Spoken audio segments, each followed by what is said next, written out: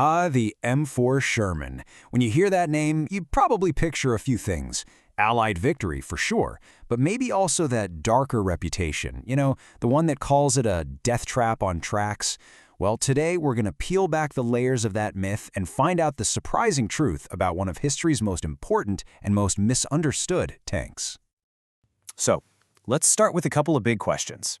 First, when you think of a Sherman, are you picturing just one type of tank? Because the reality is, there was no single Sherman. It was a whole family of vehicles. And as for that death trap label, we're going to dig into that and see if it's fact or just a really persistent fiction. All right, here's how we're going to break this all down. First, we'll sort out all those confusing names. Then, we'll get into the absolutely brilliant design philosophy that really made the Sherman a war winner. We're also going to explore the wild variety of engines that powered these things and see how a clever British modification turned the Sherman into a bona fide tiger killer. And finally, we'll put it all together to redefine what this legendary machine truly was. Okay, let's start with the name itself, because, right from the get-go, the Sherman story is full of some really interesting little twists. So if you are an American GI in World War II, you probably wouldn't have even called this tank a Sherman. You'd have just called it an M4 medium. That famous Sherman nickname, that actually came from the British.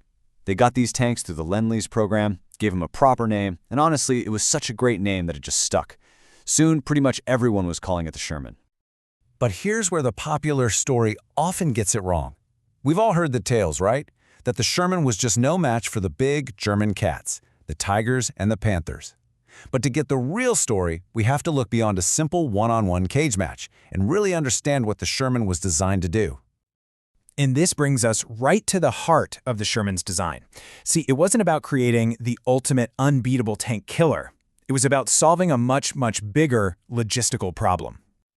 Just try to imagine the challenge the Allies were facing. They didn't just need a good tank. They needed tens of thousands of them.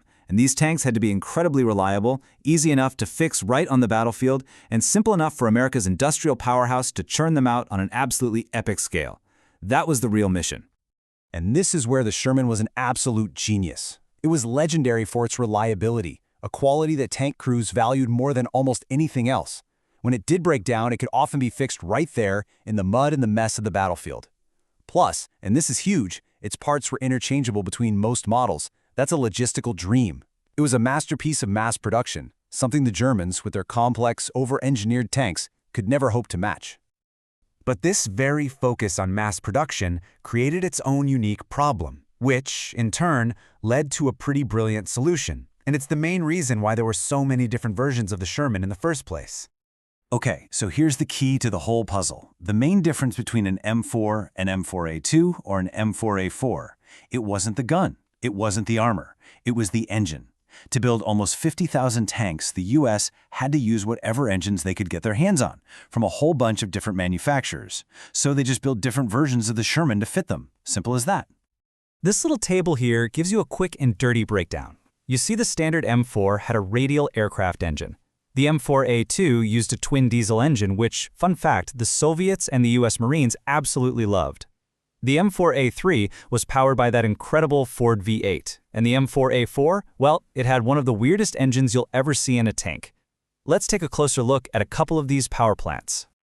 The M4A3 really became the gold standard for the U.S. Army, and it was all thanks to its engine, the Ford GAA. Now, it had a few kinks to work out at the beginning, but once those were sorted, oh man, it was a total game changer. And here it is. Look at this thing. This was a seriously high-tech piece of gear for its time. We're talking about an all-aluminum V8 that was actually derived from a V12 aircraft engine design. It even had dual overhead camshafts, a feature you wouldn't find on most high-end sports cars for decades. And this was sitting in a tank in 1943. Just amazing.